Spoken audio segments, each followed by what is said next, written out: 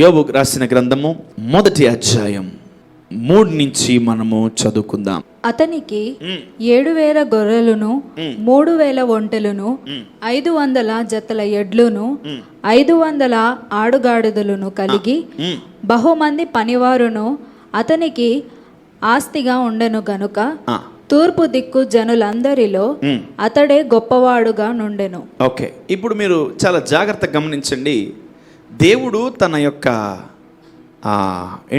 ఆశీర్వాదాన్ని ప్రజలకు తెలియపరుస్తున్నాడు. చాలా జాగ్రత్తగా గమనించండి. This is very very important. పేదరికాన్ని మనము కౌంట్ చేయలేం. పేదవాళ్ళ గురించి మనం గొప్పలు చెప్పుకోలేం. పేదరికము గురించి మనం ఎక్కువ మాట్లాడుకోలేం. ఈ భూమి మీద గొప్ప వాళ్ళ గురించి, ఆశీర్వదింపబడిన వాళ్ళ గురించే మనం ఎక్కువగా మాట్లాడుకోగలం. ఆమేన్. ఎందుకు దేవుడు ఆ యోబు యొక్క జీవితాన్ని ఎగ్జాల్ట్ చేస్తున్నాడు, ఎందుకు ఆయన ఆశీర్వాదాన్ని వివరిస్తున్నాడు దేవుడు, కొంచెం మనం తెలుసుకుందాం. మళ్ళీ ఒకసారి చదవండి. Read that once again. అతనికి 7,000 గొర్రెలను, జాగ్రత్త, అతనికి 7,000 గొర్రెలు, 3,000 ఒంటెలను. అంటే ఒక్కొక్క గొర్రె ఇప్పుడు ఎంత? మేబీ ఒక 20-30 వేలు ఉంటుంది ఒక గొర్రె. 30,000 అంటే ఇంటూ 7,000 ఇంటూ 30,000 ఎంత? Okay, something 210 so and so చాలా వచ్చింది. అప్పుడే ఆయన అంత కోటీశ్వరుడు. ఎప్పుడు? 4,000 సంవత్సరాల క్రితమే. అయ్యా 7,000 గొర్రెలను, 3,000 ఒంటెలను, 3,000 ఒంటెలు, 500 జతల ఎడ్లును, 500 జతల ఎడ్లు, 500 ఆడగాడిదలను కలిగి, 500 ఆడుగాడిదలు కలిగి బహుమంది పనివారును అతనికి ఆస్తిగా ఉండెను గనుక, ఆస్తిగా ఉండెను గనుక తూర్పు దిక్కు జనులందరిలో అతడే గొప్పవాడుగా ఉండెను. చూడండి, ఇంత ఆశీర్వాదం ఉన్నోడు ఎవడన్నా ప్రార్థన చేస్తాడా? 30, 40, 50 మంది పనోళ్ళు ఉన్న వ్యక్తి ఎవడన్నా ప్రార్థన చేస్తాడా? చెయ్యడు. ఎక్కువ సుఖం ఉన్నవాడు ఎవడన్నా ప్రార్థన చేస్తాడా? No. But look at this man. చూడండి, ఎందుకు ఇతని యొక్క ఆశీర్వాదాన్ని దేవుడు బయటికి చూపించాడంటే, ఇతనే ప్రార్థన చేసినప్పుడు మనం కూడా చేయాలి. ఆమేన్. సో ఇన్నిటికీ ఆయన కంచె వేసుకుంటుంటే, ఇన్ని వాటి గురించి ఆయన ప్రార్థన చేస్తుంటే, ఇన్ని ఇచ్చిన దేవుడి గురించి ఆయన ప్రార్థన చేస్తుంటే, ఒక ఎడ్లు, ఒక గొర్రె, ఒక కారు, ఒక ఇల్లు, ఒక కూతురు, ఒక కొడుకు, ఒక మందిరం, ఒక భార్య, ఒక బిడ్డ ఉన్నోళ్ళు ఇంకెంత ప్రార్థన చేయాలి? Come on, read that. అతనికి 7,000 గొర్రెలను, 7,000 గొర్రెలు, 3,000 ఒంటెలను, 500 జతల ఎడ్లను, 500 ఆడగాడిదలను కలిగి బహుమంది పనివారు అతనికి ఆస్తిగా ఉండెను గనుక తూర్పు దిక్కు జనులందరిలో అతడే గొప్పవాడుగా నుండెను. చాలు. నెక్స్ట్. అతని కుమారులందరూ పంతుల చొప్పున అనుదినము ఒకరికొకరు తమ తమ ఇండ్లలో విందు చేయనై కూడుకున్నప్పుడు తమ 3 అక్క చెల్లెళ్ళు తమతో కలిసి అన్నపానములు పుచ్చుకొనవలెనని వారిని పిలిపించుచూ వచ్చిరి. వారి విందు దినములు పూర్తి కాగా యోబు తన కుమారులు పాపము చేసి తమ హృదయములలో దేవుని దూషించుదురేమో అని వారిని పిలువనంపించి వారిని పవిత్రపరచి అరుణోదయమున లేచి వారిలో ఒక్కొక్కని నిమిత్తమై దహన బలులు అర్పించుచు వచ్చెను. Wow! Look at this rich man and blessed man praying. ఎక్కువ ఎవరు ప్రార్థన చేస్తారు? పేదోళ్ళు ప్రార్థన చేస్తారా? గొప్పోళ్ళు ప్రార్థన చేస్తారా? I never see a rich man praying. నేను ఎప్పుడు చూడలేదు a rich man praying. I saw many poor people praying, Lord bless me, Lord bless me, Lord bless me, Lord bless me. But the very first time in Bible, ఒక ధనవంతుడు, ఒక ఐశ్వర్యవంతుడు ప్రార్థన చేస్తున్నాడు. ఆమేన్. So మనము ఏ స్టేజ్లో ఉన్నా, ఏ క్యాడర్లో ఉన్నా, మనము ప్రార్థన కంపల్సరీ చేసి తీరాలా. సో ఎలా ఒక వ్యక్తి ప్రతిదినము పవిత్రపరచబడతాడు? How you become pure every day by not taking bath. How you become pure every day by not seeing anything. You become pure every day by praying. నువ్వు ప్రతిదినము ప్రార్థన చేసిన వాడవైతే నువ్వు ప్రతిదినము పవిత్రపరచబడతావు. ఆమేన్. సో ఇంత ఆశీర్వదింపబడిన వ్యక్తి ప్రార్థనకు చాలా ప్రాముఖ్యత ఇస్తున్నాడు. So he's praying every day, he's praying every month, he's praying every week. చూద్దాం ఎప్పుడెప్పుడు ఆయన ప్రార్థన చేశాడో. 4 నుంచి చదువుదాం. వారి విందు దినములు పూర్తి కాగా యోబు తన కుమారులు పాపము చేసి తమ హృదయములలో దేవుని దూషించుదురేమో అని వారిని పిలువనంపించి వారిని పవిత్రపరచి అరుణోదయమున లేచి. My dear children of God, నా ప్రియమైనటువంటి యవనస్తులారా, చిన్నపిల్లలారా, మీ అందరికి ఒక మంచి మాట ఏంటంటే, మీ తల్లిదండ్రులు ఒకవేళ ఇలా చేయగలుగుతున్నారేమో ఒక్కసారి చూడండి. So are they purifying you? నీ గురించి ఎప్పుడన్నా నీ తండ్రి ఆఫరింగ్ వేసాడా? నీ కొడుకు గురించి ఎప్పుడన్నా నీ తల్లి ఆఫరింగ్ వేసిందా? నిన్నెప్పుడైనా నా బిడ్డల్ని పవిత్రపరచండి అని ఎప్పుడైనా పిల్లల్ని నువ్వు సేవకుడికి తీసుకొచ్చావా? ఇవన్నీ చాలా జాగ్రత్తగా గమనించాలి. వాళ్ళు స్కూల్కి వెళ్తున్నారు లేదా చూసుకుంటున్నారు, వాళ్ళు ఉద్యోగాలకు వెళ్తున్నారు లేదా చూసుకుంటున్నారు. నేను ఒకటే అంటాను, are they pure? Are they pure in heart? వాళ్ళ హృదయములో ఏమైనా ఉందా? వాళ్ళ హృదయములో ఉన్న చీకటి ఉందా? వాళ్ళ హృదయములో ఉన్న పాపం ఉందా? వాళ్ళ హృదయములో ఏదైనా ఉందా? As a parent, as a man of God, you need to sanctify your children. నీ బిడ్డలు నువ్వేం చేయాలా? పరిశుద్ధపరచాలా, పవిత్రపరచాలా. ఆయన ఏం చేస్తున్నాడంట? Go head. వారి విందువులు పూర్తి కాగా యోబు తన కుమారులను పాపము చేసి తమ హృదయములో దేవుణ్ణి దూషించడం. అంటే పాపం అంటే ఏంటి? దొంగతనం చేయడమా? పాపం అంటే ఏంటి? తాగడమా? పాపం అంటే ఏంటి? పడిపోవడమా? No no no no no no. Scolding God, criticising God. దేవుణ్ణి దూషించడమే పాపం, దేవుణ్ణి వదిలేయడమే పాపం, దేవుడికి దూరం అవడమే పాపం, దేవుడికి దూరం వెళ్ళిపోవడమే పాపం, ప్రార్థన చేయకపోవడమే పాపం. ఒకసారి నేను ఒక వాక్యంలో చెప్పాను, పాపము ప్రార్థన చేయడము ఆపేస్తుంది, ప్రార్థన పాపము చేయడము ఆపేస్తుంది. నీ జీవితంలో నీ స్పిరిట్ని ఎదిగింపకపోవడం కూడా పాపమే. If you are stopping your spirit not to grow in the Lord, it's a sin. If you are stopping not to grow in your life, నీ జీవితంలో నువ్వు ఆత్మీయ జీవితంలో ఎదగకుండా ఆగిపోయావా? నీవు దేవుని సన్నిధికి రాకుండా మానేసావా? నీవు దేవుడికి దూరం అయిపోయావా? అవి లోకములో జరిగే పాపాల కంటే ఈ క్రైస్తవులు చేసే పాపాలే ఎక్కువని వాక్యం సెలవిస్తుంది. If you are going away from the Lord my son youngster, నీ కుమారులు నీ కుమార్తెలు దేవుడికి దూరంగా వెళ్తున్నారా? And the Lord is telling it's a sin, it's a sin. ఈరోజు నేను ఒకటే చెప్తాను, అన్ని జనుల కంటే, దేవుణ్ణి ఎరగని వారి కంటే దేవుణ్ణి తెలుసుకున్న వారే ఎక్కువ పాపాలు చేస్తున్నారు. People are committing more sin every day because you are betraying God, you are going away from the Lord. నువ్వు దేవుడికి దూరం అయిపోతున్నావు. నీకు ప్రాణం పెట్టింది, నేను రక్తము కార్చి నీ జీవితాన్ని దారబోసి నీకు దగ్గర చేర్చి నీకు మరొక జీవితాన్ని ఇచ్చి న్యూ లైఫ్ని నువ్వు ఎప్పుడో చనిపోవాల్సింది, నువ్వెప్పుడో కూలిపోవాల్సింది, నువ్వెప్పుడో జైలుకి వెళ్ళిపోవాల్సింది, నువ్వెప్పుడో పతనం అయిపోవాల్సింది, నువ్వెప్పుడో నాశనం అయిపోవాల్సింది, నువ్వెప్పుడో కూలిపోవాల్సిన నిన్ను దేవుడు బయటికి లాగి చీకట్లో నుంచి నిలబెడితే నువ్వు మళ్ళీ దేవుడికి దూరం అయిపోయి చీకట్లోకి వెళ్ళిపోతే that's the utter most greatest sin in the world. ఇదిగో లోకంలో ఉన్నవారు చేతులతో పాపం చేస్తారు, కాళ్ళతో పాపాలు చేస్తారు, కళ్ళతో పాపం చేస్తారు. బట్ క్రైస్తవులు చాలా danger. Be careful my dear Christians, you commit sin with what your heart. దేవుడికి చేతులు కాళ్ళు అవసరంలే, నీ హృదయం చాలా దేవుడికి చాలా ప్రాముఖ్యం. బైబిల్ చదివేవాడు, ప్రార్థన చేసేవాడు, పాటలు పాడేవాడు, తర్వాత దేవుని స్తుతించి ఆరాధించి ప్రార్థన చేసేవాడు మారడు. ఎవడు మారతాడంటే, ఎవడి జీవితంలో దేవుడు మహిమను పెంచుతాడంటే, తన హృదయము దేవుని వైపు తిప్పిన వాడినే దేవుడు మహిమ నుండి అధిక మహిమలోకి పెంచుతాడంట.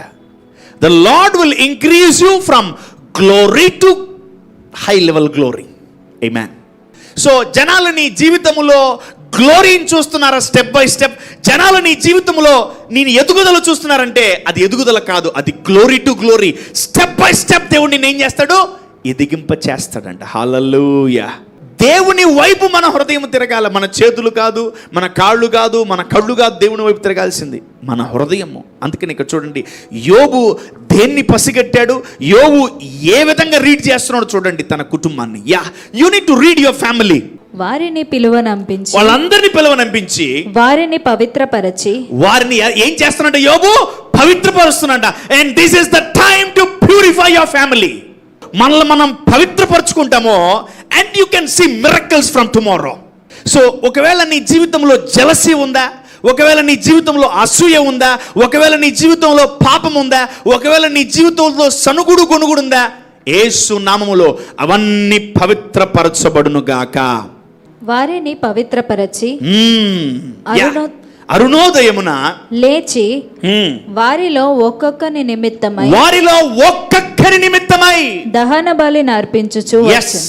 ఈరోజు కొంచెం సమయం తీసుకో, నీ ఫ్యామిలీలో ఎంతమంది ఉన్నారో వాళ్ళందరి కొరకు ఆఫరింగ్ రెడీ చేయి. యోబు చేసినట్టు మనం కూడా చేద్దాం.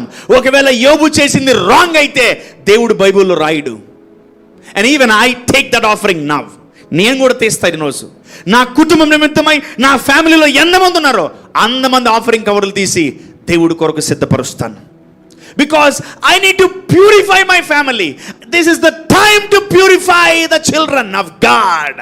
పవిత్రపరచబడకపోతే నీ జీవితంలో కొత్త తైలము పోయబడదు. It's time to purify our selfs. Every purification will eligible to receive the blessing of God. ప్రతి ఒక్క పవిత్రత మిమ్మల్ని ఆశీర్వాదాలకి అర్హులుగా మారుస్తుంది. యోబు చూడండి, తన బిడ్డల్ని ఏం చేస్తున్నాడు? పవిత్రపరుస్తున్నాడు. అరుణోదయం లేచి ప్రార్థన చేసి చూద్దాం what he did man, what he did. ఇంకా ఎందుకు మన చిన్నోడు మారలా, ఇంకా పెద్దోడు మారలా, ఇంకా ఎందుకు నా భర్త నా పెనిమిటి మారలా, ఇంకా ఎందుకు నా భార్య మారలా, ఇంకా నా కూతురు మారలా, ఇంకా నా కొడుకు మారలా. Come on, take that seed in your hands. దేవుడు మార్చి చూపిస్తాడు. అరుణోదయమున లేచి వారిలో ఒక్కొక్కని నిమిత్తమై, ఒక్కొక్క అంటే నీ కుటుంబంలో ఎంతమంది ఉన్నారో అంతమంది నిమిత్తమై నువ్వేం చేయాలి? ఇప్పుడు దహన బలిని అర్పించు, దహన బలులను అర్పించుచు వచ్చెను. యోబు నిత్యము అలాగు చేయుచుండెను. వావ్, నిత్యము యోబు అలాగే చేస్తున్నాడంట. యోబులాగా మనం కూడా చేయను గాక. ఈరోజు మనమందరం ఒక ప్రార్థన చేయాలండి.